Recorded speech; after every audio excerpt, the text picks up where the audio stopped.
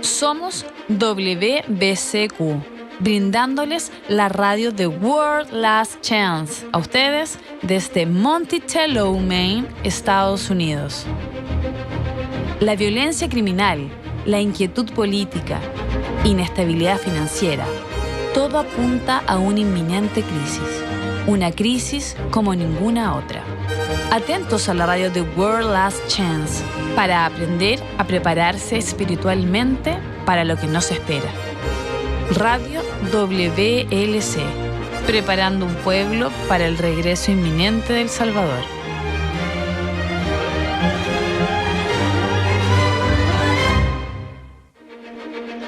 Hola, bienvenidos a WLC Radio. Soy su anfitrión, Carlos Acevedo. Y yo soy Ricardo Galvez. Nos complace que pueda unirse a nosotros hoy. Ricardo, he estado esperando el tema de hoy porque me parece que cuanto más tiempo pasa, más importante es comprender cómo aprender la verdad sin ser desviado por error. En el 4º capítulo de Efesios, el apóstol Pablo explicó que Yahweh había dado diferentes trabajos a diferentes creyentes para ayudar a perfeccionar a los santos. Hasta citó: todos venimos en la unidad de la fe y del conocimiento del Hijo de Yahweh. Todo esto fue para el propósito. Él dijo y citó: que ya no seamos más niños sacudidos de un lado a otro y llevándonos por doquiera de todos viento de doctrina, por las artimañas de los hombres y la astucia astuta por la cual acecha para engañar. Hoy Ricardo va a hablar acerca de cómo estudiar la verdad y para que no seamos sacudidos de un lado a otro y llevados por todos los vientos de la doctrina. Gracias, Carlos. Sí, es muy importante que lo sepamos porque con el aumento de la tecnología moderna, ahora es más fácil que nunca confundirse. En el pasado, la capacidad de una persona para aprender la verdad estaba un tanto limitada a los libros y periódicos que podía tener en sus manos. Ahora, con tecnología moderna, especialmente Internet, cualquier persona con una opinión puede obtener un sitio web y promover sus creencias. Eso es realmente algo buenísimo. Sí, es absolutamente bueno. Pero también significa que es muy fácil confundirse, porque en verdad cada viento de doctrina está soplando y con el fácil acceso a Internet puede atropellar a cualquiera con vientos huracanados, independientemente de lo que saben o dónde están viviendo. Suena interesante. Sin embargo, antes de entrar en esto, quiero tomar un momento para explicar a quienes comparten con nosotros por primera vez. Notará que aquí en Radio WLC preferimos usar los nombres personales de Dios, el Padre y del Hijo. Solo quiero decir aquí, Carlos, por lo general, cuando una palabra se transfiere de un idioma a otro, o bien se traduce, el significado se traduce o es transliterado, el sonido de la palabra se transfiere. El problema con los nombres divinos es que, con un puñado de excepciones, esto no se ha hecho en absoluto. ¿Qué quieres decir? Bueno, la transliteración del nombre personal de Dios, como se da en la Escritura, es Yahweh o Yah, aunque el nombre se usó durante el período hebreo, no se tradujo ni se transliteró muy a menudo. De hecho, puedo pensar en un solo texto donde el nombre fue transliterado, y es el Salmo 68, versículo 4, que dice: exaltad al que cabalga sobre los cielos por su nombre Yah, y regocíjate delante de él. ¿Qué hay de la traducción? Fue el significado del nombre de Yahweh, por lo menos traducido, ¿no? No muy a menudo, no. Mira, para ser honesto, por improvisar, la única vez que puedo pensar que el nombre divino fue realmente traducido fue en Éxodo 3. En la zarza ardiente, cuando Yah le dijo a Moisés que regresara a Egipto y que liberara a su pueblo, Moisés preguntó: ¿a quién voy a decir que me envió? Y solo allí, en el versículo 14, obtenemos una traducción real del nombre, el cual es: yo soy el que soy. Básicamente, el nombre del Padre es un verbo de ser. Es realmente hermoso. En realidad, Él es pasado, presente y futuro. Él es lo que sea que necesitemos que Él sea. Y todo lo que se perdió porque el nombre del Padre no se tradujo ni se transliteró. Así es. La belleza del nombre divino se ha cubierto por completo, sustituyendo títulos en su lugar. Algún día espero que podamos tener un programa sobre el nombre divino y todas las formas en que se usa en las Escrituras y el significado que tiene. Es un estudio muy profundo y conmovedor. Entonces, esto cubre lo de Dios. ¿Y qué de Jesús? Bueno, Jesús es un poco diferente. Su nombre real es muy similar al de su padre. El verdadero nombre del Salvador es Yahushua. ¿Puedes oír el nombre ya allí? ¿Yahushua? El problema era que cuando se escribió el Nuevo Testamento, el griego no contenía un sonido para la Y. Por lo tanto, en su intento de transliterar el sonido del nombre, se le ocurrió algo que suena muy similar a uno de sus dioses paganos, Jesús. Hicieron lo mejor que pudieron, pero cuando los evangelios fueron traducidos del griego, cada idioma intentó transliterar la transliteración griega. Sí, puedes ver qué tan lejos hemos llegado. Entonces, cuando nos escuchen decir Yahuwah o Yah, sepan que estamos hablando del Padre. Y si decimos Yahushua, entonces estamos hablando del Hijo. Muy bien. De acuerdo, quiero entrar directamente en el tema de hoy. Estoy realmente interesado en escuchar lo que vas a compartir con nosotros hoy, porque creo que es muy importante. Me di cuenta en el pasado que cuando trato de compartir un nuevo concepto espiritual con alguien, sucede algo extraño. Muy a menudo rechazan rotundamente la idea. Dicen que está mal, todo sin siquiera investigar la evidencia. Sí, yo también he experimentado eso. Eso es lo más extraño. Bueno, en realidad no. No sé si entiendes por qué reaccionan de esa manera. Podemos ver que cada denominación organizada tiene su propio conjunto de creencias establecidas, su propio credo, por ponerlo así. Ese conjunto de creencias individualizadas es su razón de existir aparte de otras denominaciones. Es lo que les permite decirle a los miembros de su iglesia que son los elegidos y que tienen la verdad. Sí, puedo ver eso. Y es por eso que en WLC creemos que mientras todas las iglesias tienen algo de verdad, todas las iglesias asimismo tienen algún error. O ha rechazado alguna luz avanzada que está correcta. Y es por eso que en Revelaciones 18, Yahuwah envía a otro ángel del cielo que dice: «Sal de ella, pueblo mío». Ahora, lo que es interesante es que una traducción más precisa del versículo es: «Salgan de ella, mi gente». No es una invitación a abandonar su iglesia y ven a mi iglesia, aunque así lo interpretan las diversas denominaciones. Realmente está diciendo: déjalas a todas, salgan, mantente separado. Estén dispuestos a seguir la verdad donde sea que ésta conduzca. Pero eso es difícil de hacer cuando las personas tienen miedo. Precisamente. Ya has llegado a la razón por la cual muchas personas rechazan la verdad nueva sin siquiera mirarla. Tienen miedo a que el demonio sobrenaturalmente engañe su mente. Tienen miedo a estar en peligro de ser engañados si tan siquiera miran un concepto que está fuera del credo establecido de su denominación. Ciertamente, no quiero abrir sus mentes a la posibilidad de que sea verdad, porque se les ha enseñado que cuestionar abre la puerta a la duda. Bueno, esto es realmente trágico, ¿no? No podemos confiar en el Espíritu de Yahuwah a que nos lleve a toda verdad, tal como lo prometió.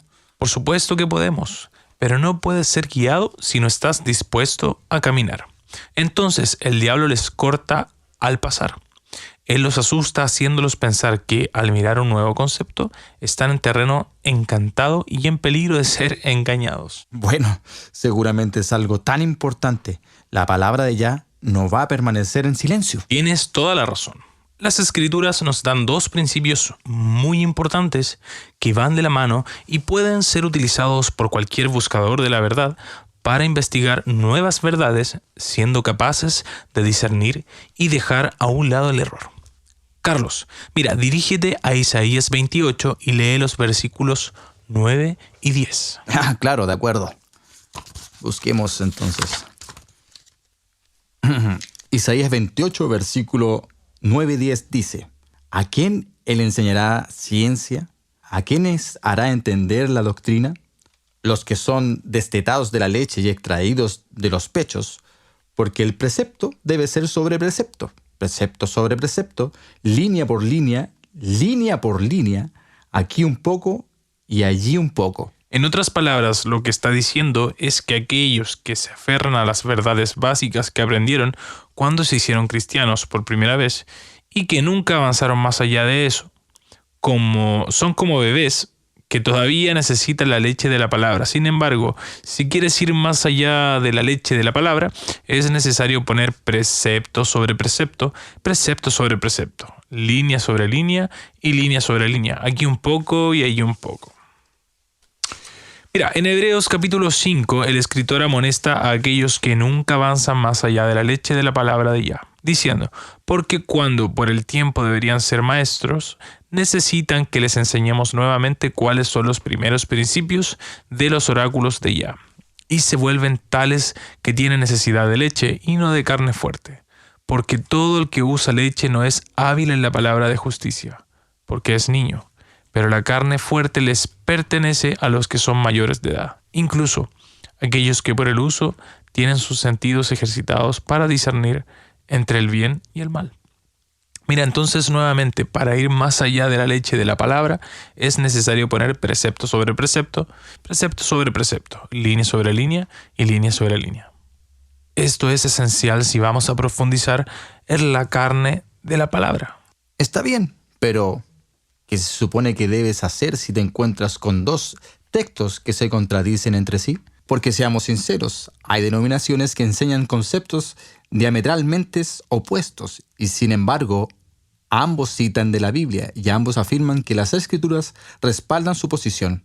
Es por eso que cada iglesia insiste en que ellos tienen razón y que todos los demás se equivocan. Tienes razón. Y eso me lleva al siguiente principio.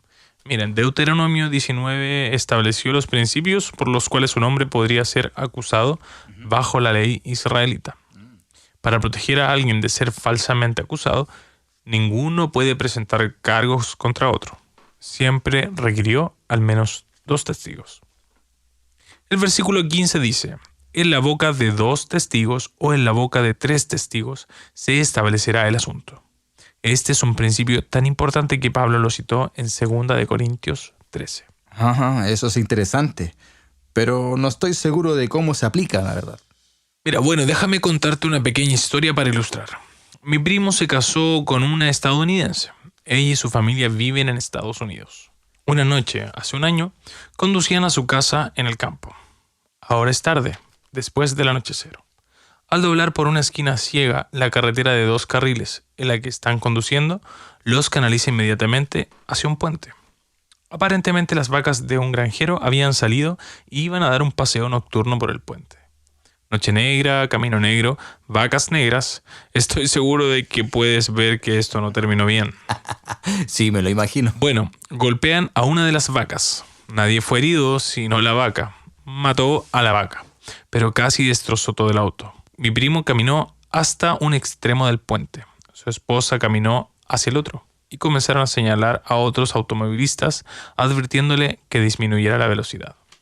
Un automóvil al ver a mi primo se detuvo a un lado, salió y trató de ayudar. Otro más lento y fue capaz de pasar sin contratiempos. Sin embargo, en este momento llegó a un tercer auto que avanzó bastante rápido. Mi primo se había quitado la chaqueta y la estaba agitando al conductor. El otro tipo que se había detenido hacía un gesto con la mano para que la mujer en el tercer auto disminuyera la velocidad. Ella los miró, pero luego se volvió y continuó. No solo no disminuyó la velocidad, sino que aceleró un poco. Un momento después, ¡bang!, mató a otra vaca. Es un desastre. No solo su automóvil está destrozado, sino que la mujer también fue lastimada. Bueno, recientemente mi primo recibió una llamada de un abogado que representaba al granjero, cuyas vacas habían salido hace un año. Aparentemente, la mujer estaba tratando de demandarlo, afirmando que su cuello había sido afectado al punto que no podía trabajar. Estuvo con discapacidad. Básicamente quería que la mantuviese por el resto de su vida, porque afirmó que fue su culpa haber tenido el accidente, ya que no fue advertida que las vacas habían salido. El abogado había leído el informe policial y le pidió a mi primo si testificaría ante el tribunal en representación del agricultor junto con el otro automovilista que también se había detenido. Entonces, eso es lo que ella hizo. Fue a la corte. Su declaración y la de la otra persona que se había detenido coincidieron en que la mujer en el coche los había visto, pero los había ignorado y había hecho caso omiso de todos los intentos que habían hecho por advertirla. El juez terminó arrojando la demanda y ni siquiera le dio a la mujer los honorarios de los abogados, porque dijo que, dadas las circunstancias, se trataba de una demanda frívola. Después el granjero se acercó a mi primo para expresarle su gratitud, y él dijo: si no fuera por el informe de su testigo, ella me hubiera arruinado. Hubiera tenido que vender mi granja y habríamos perdido todo. Muchas gracias por venir con la verdad. Ahora bien, no conozco las leyes estadounidenses, pero supongo que si hubiera sido mi primo el único que testificara en la corte, habría sido una situación de él dijo y ella dijo. Las afirmaciones del conductor contradecían con las del testimonio de mi primo, pero debido a que otro conductor se había detenido, tenían dos testigos quienes decían: no, ella estaba al tanto. Ella miró, nos vio señalando que redujera la velocidad, pero nos ignoró y siguió delante de todos modos. Y este es el principio que necesitamos aplicar también al estudio bíblico. Bien, entonces, ¿cómo lo aplicas? Bueno, seamos sinceros. Puedes probar casi cualquier cosa que quieras de la Biblia, pero no ser cierto. Puede no ser exacto, pero lo puedes comprobar. Y mucha gente lo hace. Oh, sí, pasa todo el tiempo. Tienes a los católicos romanos y a los ortodoxos orientales enseñando acerca de un infierno eterno en llamas y citando las escrituras para respaldar su posición. Entonces, tienes otras iglesias que dicen que no hay tal cosa como un eterno infierno. El verdadero destino de los perdidos es la destrucción total y en lo largo del fuego después del cual estarán muertos para siempre. Y el asunto es que las iglesias que no creen en el fuego del infierno lo comprueban de las escrituras también. Sí, es un problema y confunde a muchas personas. Ok, bien, sostén ese pensamiento. Quiero escuchar lo que podemos hacer al respecto. Porque sí, realmente puedes causar confusión. Nos tomaremos un descanso rápido y cuando regresemos, Ricardo nos dirá qué hacer cuando un pasaje de las escrituras contradice a otro. Volvemos enseguida. Para saber por qué la doctrina del rapto secreto no es bíblico, visite nuestro sitio web en www.worldlastchance.com/español. Busque el video El rapto secreto, el arma secreta de Satanás. También puede verlo en YouTube.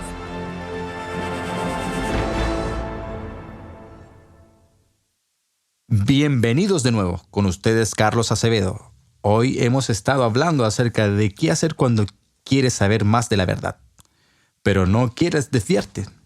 Muy a menudo la gente se rehúsa a mirar nuevas verdades porque temen que sus mentes sean engañadas por el demonio. Pero eso no concuerda con nada de lo que Yahweh permite.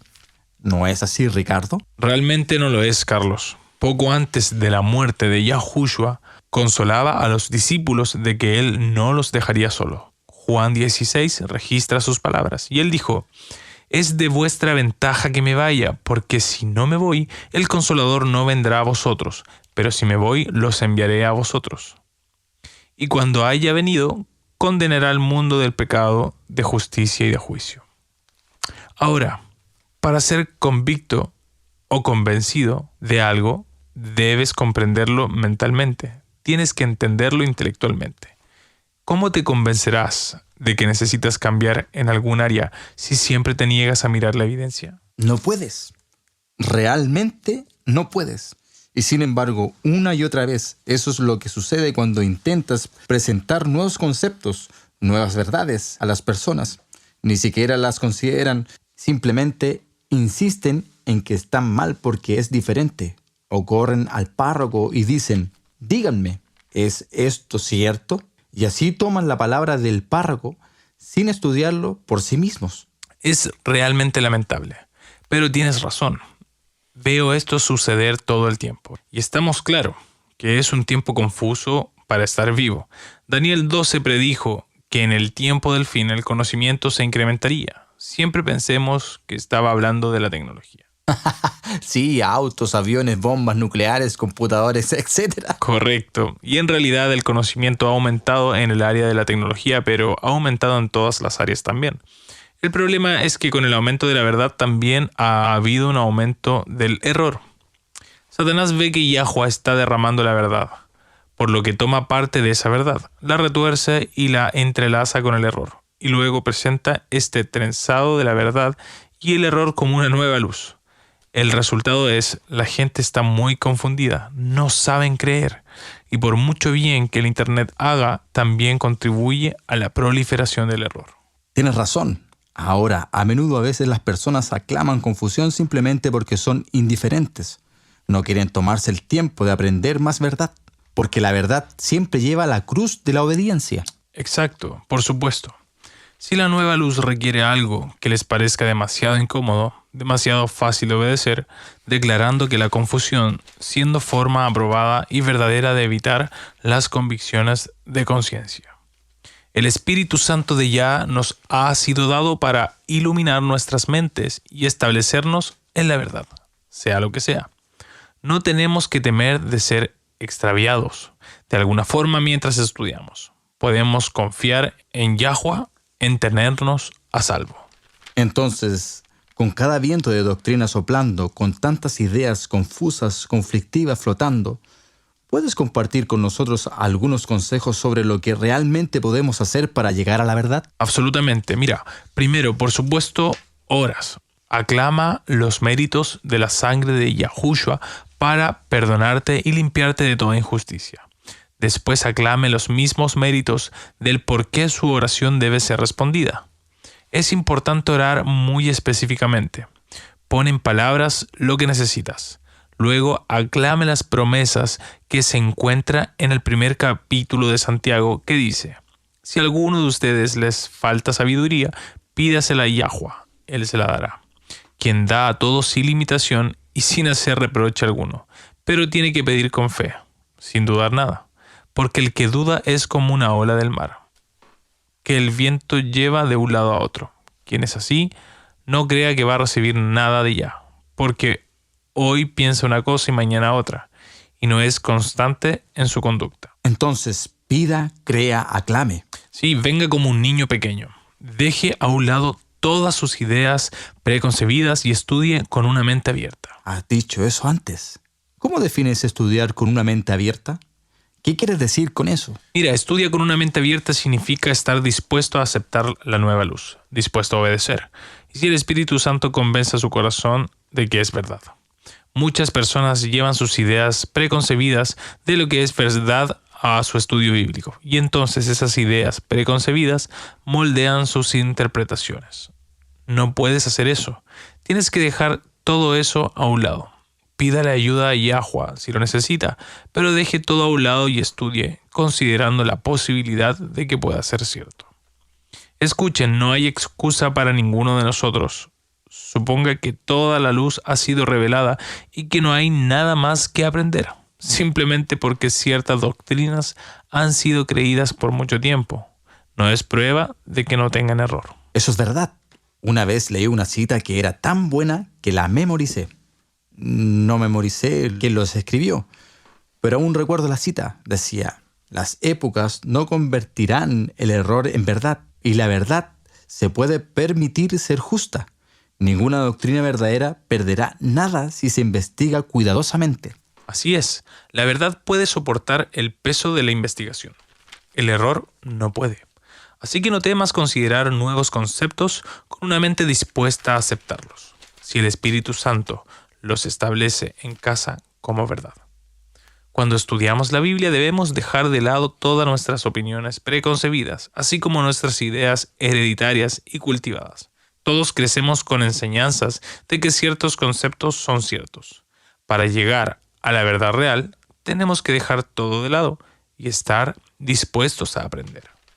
Si buscamos en la Biblia sin otro propósito, sino probarnos a nosotros mismos lo que ya creemos, adivinen qué. Podríamos hacerlo. Pero eso no quiere decir que estamos en lo correcto. Necesitamos buscar las Escrituras independientemente de nuestro credo y con una mente libre de prejuicios.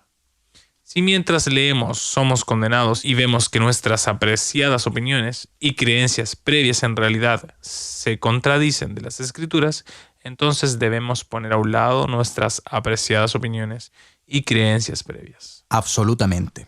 Necesitamos hacer que nuestras creencias se ajusten a las Escrituras, no torcer las Escrituras para que se ajusten a nuestras creencias. Correcto.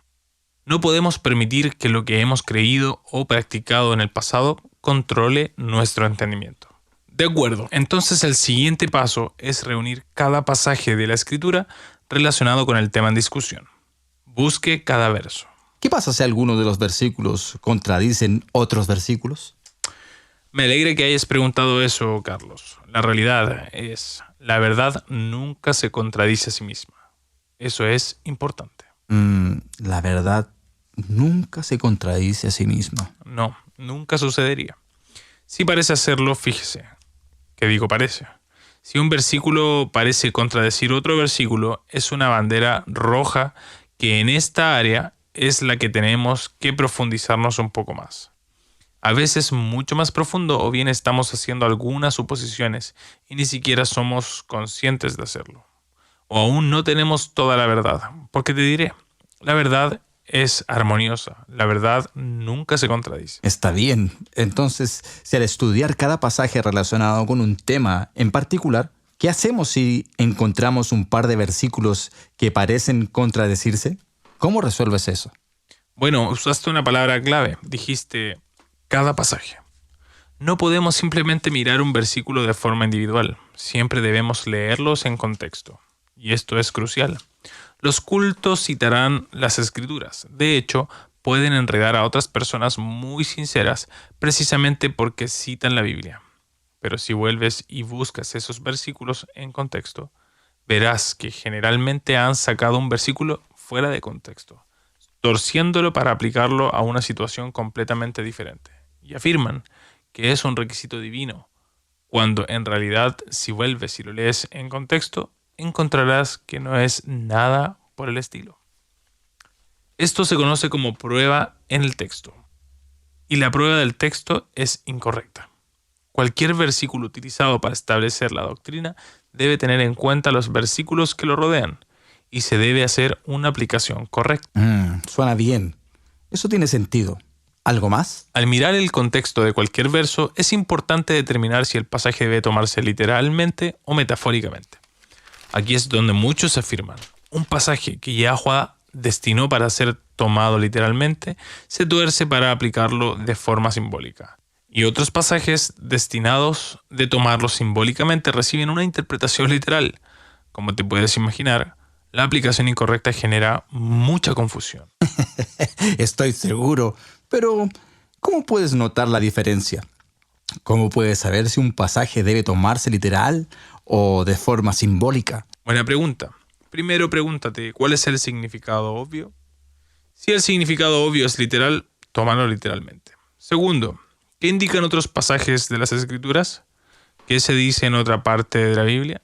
Necesita recopilar información en ambos lados de la ecuación.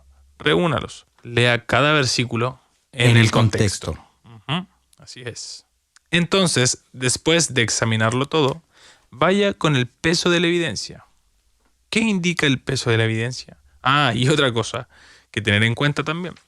La interpretación correcta de cualquier doctrina siempre se repetirá en la Biblia por lo menos una vez. De la boca de los 2 o 3 testigos se establecerá un tema. Así es, correcto. Y eso en sí mismo es un principio bíblico. Recordarán que cuando José fue llamado ante el faraón para interpretar sus sueños, el faraón le habló de 2 sueños diferentes, pero similares. Después de escuchar los sueños relatados, José dijo, los sueños del faraón son uno. Ya le ha mostrado al faraón lo que está por hacer. Las 7 buenas vacas son 7 años, y las 7 buenas cabezas de maíz son 7 años. Los sueños son uno. Ya ha mostrado al faraón lo que está a punto de hacer. Entonces José interpretó los sueños y luego agrega, y el sueño fue repetido al faraón 2 veces porque el asunto es establecido por Yahweh, y ya lo hará en breve. Entonces ahí lo tenemos. Si algo se repite en las Escrituras, será mejor que te sientes y lo tomes nota. Yahweh no desperdicia palabras. Si se repite, es importante. Esa es una buena regla empírica para recordar. Bueno, lo es. Necesitamos conocer estas pautas para establecer qué es verdad y qué es error. Durante los últimos 100 años o más, si el gobierno o la ciencia han encontrado algo con lo que no están de acuerdo, lo entierran, lo cubren y niegan que exista. Las iglesias han aprendido a hacer lo mismo. Cualquier cosa que contradiga su credo establecido, cualquier cosa que incluso sugiera que una de sus doctrinas pueda estar errada, deberá ser rechazada. Los credos y las diferencias denominacionales son importantes porque son la razón por lo cual la denominación existe como una propia organización separada. Así es. Les conviene decirles a sus congregantes que paguen el diezmo porque todos los demás están equivocados. También es un medio por el cual pueden ejercer control. ¿Qué quiere decir? ¿Y cómo funciona? Tomemos un ejemplo extremo solo por el bien de la ilustración. Los cultos, en su búsqueda para atraer a más miembros, intentan contraer algún concepto nuevo, alguna nueva doctrina. Tomarán lo que funcionó antes y lo torcerán y lo pervertirán en una nueva idea. Luego lo predicen con energía y convencen a la gente de que esto es necesario para la salvación. Lo que lo hace aún más engañoso es cuando lo mezclan con las escrituras. Entiendo totalmente. Recuerdo haber leído un libro espiritual para mis devocionales matutinas hace varios años. Las escrituras fue citada durante todo el proceso. Parecía que todo lo que se presentaba era bíblico. Pero cuando comencé a compartirlo con mi esposa, ella tenía algunas inquietudes. Veía que algunos de los puntos que el autor había hecho fuese consistente con la escritura. Pensé que era solo porque no había leído el libro de principio a fin, como yo. Pero comenzamos a estudiarlo juntos, buscando en la Biblia y ¿qué? ¡Sorpresa! Los textos de la Biblia utilizados como prueba en el libro se tomaron completamente fuera de contexto y significaron algo completamente diferente cuando se leyó todo el capítulo. Fue realmente revelador para mí. Fue un despertar, ya que simplemente porque alguien cita las escrituras no significa que las enseñanzas que están promoviendo estén de acuerdo con las escrituras. Sí, no podría estar más de acuerdo. De hecho, voy a repetir lo que acabas de decir. Todos necesitan saber esto. Escuchen, amigos. Lo que Carlos dijo es clave. El hecho de que un texto de la Biblia se pueda citar para apoyar una creencia en particular no significa que la creencia misma sea bíblica. Tiene que mirar todo el peso de la evidencia. Exacto. Si no lo haces, lo abandonarás. Entonces, sé que nuestro tiempo se está acabando. Solo quiero resumir rápidamente los puntos que hemos cubierto. La verdad está siendo derramada. Se requiere diligencia y estudio cuidadoso para separar la verdad de lo que solo es una mentira. Pero si sigues cuidadosamente estos pasos, estarás a salvo y guiado a toda la verdad. Número 1. Ve a Yahweh como un niño pequeño con la mente abierta y dispuesto a que te enseñen. Número 2. Reúna toda la información que pueda. Mire bien cada pasaje. En el contexto. Así es, en el contexto. En el contexto, vea todo lo que dice y analice cuál es el significado lógico de cada pasaje. Una vez que hayas hecho esto, el número 3, pregúntese qué presenta el peso de la evidencia. Recuerde, asegúrese de tener al menos 2 testigos bíblicos que enseñen lo mismo. El cuarto paso, extiéndalo todo frente a Yahweh. Con fe, pídale que le conceda sabiduría e impresione en su corazón cuál es la verdad. Y por último, escuche y observe por la guía de Yahweh. Él confirmará lo que es verdad. ¿Sabes, Ricardo? Esto me recuerda una promesa en Salmo 32. ¿Cuál? El versículo 8 dice: Te instruiré y te enseñaré en el camino que debes seguir. Yo te guiaré con mi ojo. Amén. Y lo hará. No necesitamos temer investigar nuevas verdades. Él no puede guiarnos si estamos firmemente plantados sobre nuestras costumbres, negándonos a dar un paso adelante. Lo he dicho antes y lo diré de nuevo. El guiar es un verbo de la acción para ser guiados. Debemos estar dispuestos a dar un paso adelante. El Padre ha prometido liberar y guiarnos. Él no permitirá que Satanás nos engañe mientras separemos la verdad del error. Y la verdad y el error están entrelazados tan estrechamente, especialmente ahora, durante estos últimos días. Realmente es así. El error es débil y nunca soportará estar solo. La única forma en que puede engañar a alguien es entrelazándose con la verdad. Es la fuerza en la verdad que atrae a la gente. Es por esto que tomamos lo que es bueno y dejamos a un lado el resto. El Padre ha prometido guiarnos hacia toda la verdad y podemos confiar en que Él cumplirá su palabra. No se vaya, amigos. Volvemos con algunas preguntas de nuestro correo diario. Están en sintonía de Radio World Last Chance en WBSQ, en kilohercio de banda de 31 metros. Radio World Last Chance, preparando a un pueblo para el pronto regreso del Salvador.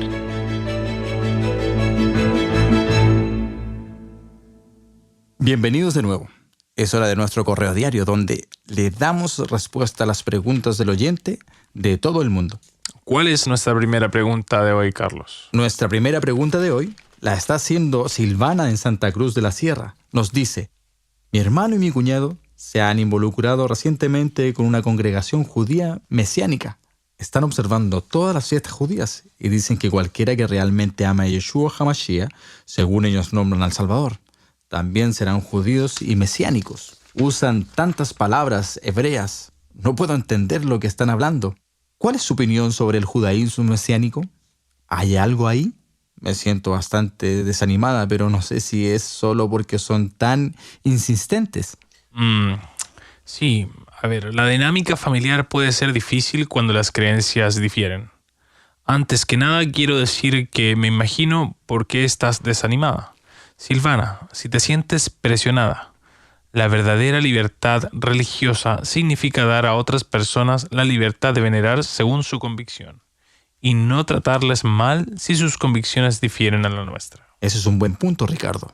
Frecuentemente hay personas demasiado avasallantes. No se dan la libertad religiosa para seguir su propia conciencia, cuando las convicciones de las otras personas son diferentes a las suyas. Claro, y se vuelve aún más complicado cuando las personas en desacuerdo son familiares cercanos. Lamentablemente es así. Bueno, Silvana, me temo que no puedo darte una declaración genérica, de una manera u otra. Como usted sabrá por sintonizar en Radio WLC, nosotros también creemos que es un privilegio conocer y poder usar los nombres reales del Padre y del Hijo, en lugar de los títulos Dios o Señor, o el incorrecto Jesús. Y no olvides, también creemos que las fiestas son aniversarios perpetuos de los eventos importantes de la historia de la salvación. Sí, y también creemos que aún son vigentes. Dicho esto, no promovemos el judaísmo mesiánico ni sugerimos que la gente se una a las congregaciones judías mesiánicas. He aquí el asunto: los judíos mesiánicos son personas que han descubierto los aspectos judíos del Nuevo Testamento. Han llegado a aceptar la perpetuidad de la ley divina, son muy sinceros en sus creencias y en querer restaurar las verdades que el cristianismo tradicional ha descuidado. Y eso es algo bueno, ¿no? Sí, y debemos respetar su sinceridad y su anhelo por restaurar las verdades perdidas. Bueno, a veces son judíos que han aceptado a Yahushua como el Mesías, pero no quieren renunciar a sus costumbres judías. Con frecuencia son cristianos que han llegado a encontrar belleza y significado en las tradiciones judías. Básicamente, sin embargo, el movimiento mesiánico es con frecuencia un vehículo del cristianismo evangélico para difundir su fe entre los judíos, presentándola de una manera que se sienta más aceptable para los judíos. No hay nada malo con los cristianos evangélicos que deseen difundir el evangelio a los judíos. El problema, sin embargo, surge con el hecho de que la mayoría de tales congregaciones judías mesiánicas generalmente conservan la mayoría de todas las creencias del cristianismo evangélico. Por ejemplo, todavía se aferran a la creencia de una deidad trinitaria, la inmortalidad incondicional del alma y el rapto, por nombrar solo algunos. El problema es que bajo un estudio cuidadoso de la Biblia, revela que ninguna de estas creencias son apoyadas por la Escritura. Las congregaciones judías mesiánicas generalmente difieren del evangelicalismo protestante solo en las diferentes cantidades de costumbres judías que han añadido. Otro problema es que muchas de estas costumbres judías se basan en la tradición de los ancianos o en las tradiciones de los fariseos y no en la Escritura misma en absoluto. El judaísmo moderno es fariseísmo. ¿Qué? ¿En serio? ¿Y de dónde sacas eso? Mira, en realidad entiendo por sus escritos de los propios judíos. Louis Finkelstein era un rabino muy respetado, un reconocido erudito talmúdico y un experto en leyes judías. Escribió un libro titulado Los Fariseos, cual fue publicado por Jewish Publication Society of America en 1946.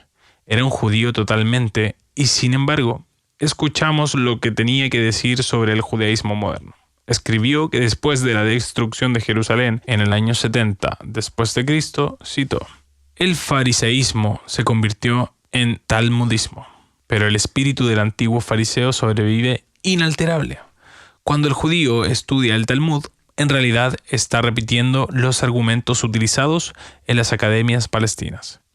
El espíritu de la doctrina farisea se ha mantenido intacta y vital, desde Palestina a Babilonia, de Babilonia al África del Norte, Italia, España, Francia y Alemania, de estos Rusia y Europa, del este en general. El antiguo fariseísmo se ha vagado.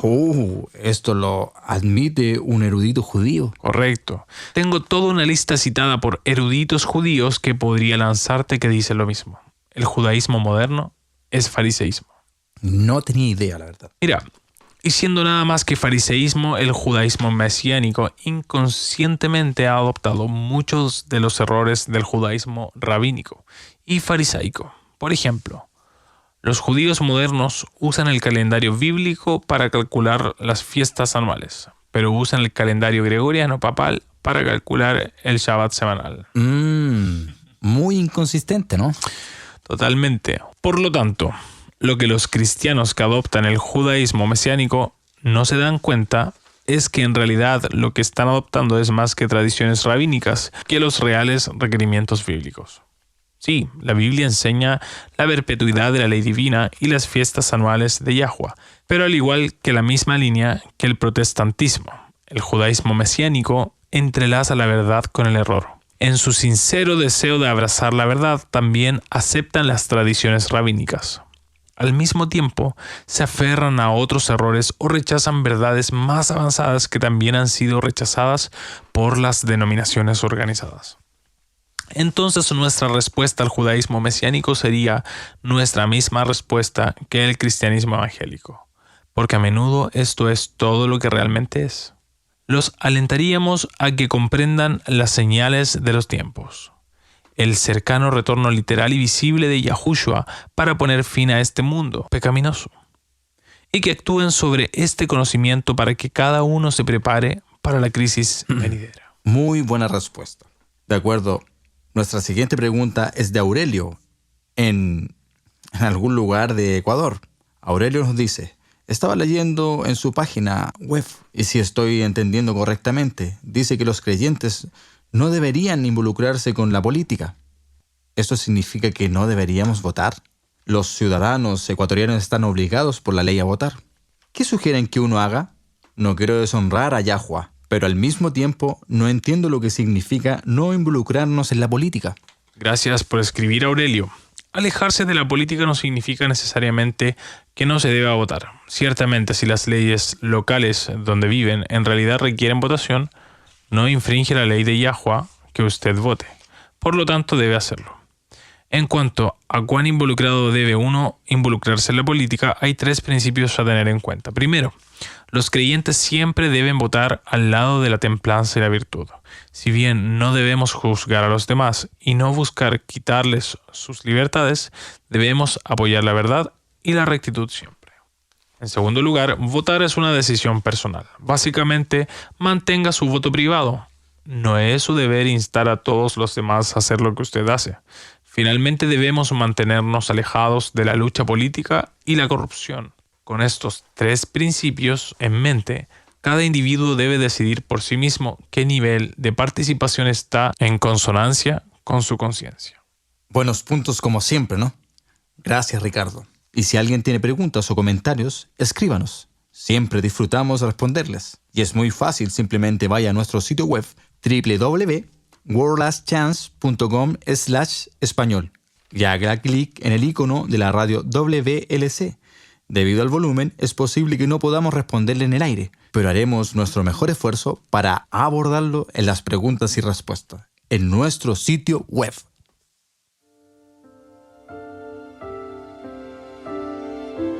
Con ustedes, Claudia Silva, hoy en la promesa diaria de la palabra de Yahweh. Ina Ogden era una cristiana devota que amaba a Yahweh con todo su corazón. Ella era una mujer muy bien educada del siglo XIX. teniendo la oportunidad de asistir a la universidad. También sentía pasión por la música. Temprano en su vida soñaba en convertirse en un evangelista itinerante. Sin embargo, este sueño se anuló cuando su padre sufrió un ataque de parálisis y necesitaba cuidado constante. Ina dejó de lado su sueño de trabajar para Yahweh en un campo más amplio y en su lugar se centró en cuidar a su padre y en iluminar las vidas de quienes la rodeaban. Fue durante este tiempo que ella escribió un poema que más tarde se aplicó a la música, convirtiéndose en un conocido himno del Evangelio. Right in the corner where you are. Ilumina el rincón donde estás. Fueron traducidos a al menos 8 idiomas. Ina amaba a Yahweh. En lugar de preocuparse porque sus sueños de ser evangelista tenían que ser abandonados, ella confió en Yahweh y buscó forma de ser una bendición en su propia esfera de influencia. Escuchen, la vida nunca sale de la manera que crees que será cuando eres joven. Los cónyuges, incluso los niños, mueren. Los accidentes automovilísticos paralizan y mutilan. Las empresas fallan, los divorcios suceden, pero a través de todo puedes confiar en tu Padre Celestial. En Jeremías 29, Yahweh declara: porque conozco los pensamientos que pienso hacia ti, dice Yahweh, pensamientos de paz y no del mal, para darte un final esperado. La frase final esperado también se puede traducir como el futuro anhelado o lo esperado. La vida puede arrojarte una desviada jugada. Algunas las esquivamos, algunas nosotros las azotamos y otras nos azotan directamente. Si te sientes emboscado por la vida, confía en tu Padre Celestial. Él tiene planes para ti, gloriosos planes, y Él te guiará a través de ella. Independientemente de tus sentimientos, confía en Yahweh. Él nunca te fallará, así que descansa en Él. ¿Sabes, Ricardo? Al pensar en los vientos de la doctrina soplando en todas las direcciones, la confusión de las masas... Sí, es confuso. Cuando tantas voces dicen tantas cosas diferentes, es muy confuso. Y también peligroso. Ninguno quiere ser engañado. Y es por eso que las promesas de Yahweh son tan preciosas. Mira, Salmo 34:15 contiene una maravillosa promesa que animó a todos a aclamar. Y dice: los ojos de Yahweh están sobre los justos y sus oídos están abiertos a su clamor. Él no va a permitir que te descarrilen en contra de tu voluntad. Él no dejará que te engañen sin saberlo. Siempre y cuando recemos y pidamos su bendición, estaremos perfectamente seguros en los estudios de nuevos conceptos. Él ha prometido enviar al Espíritu Santo para guiarnos a toda verdad, y Él cumple sus promesas. Es algo que todos debemos recordar. Quiero agradecerles por repasar esos puntos. Son realmente útiles, con gran explosión de conocimientos. Necesitamos saber cómo discernir entre la verdad y el error. Así es, lo que es realmente irónico. Carlos, es cuando comparas Daniel 12 con Revelaciones 3. Bueno, quizás lamentable sería una mejor palabra.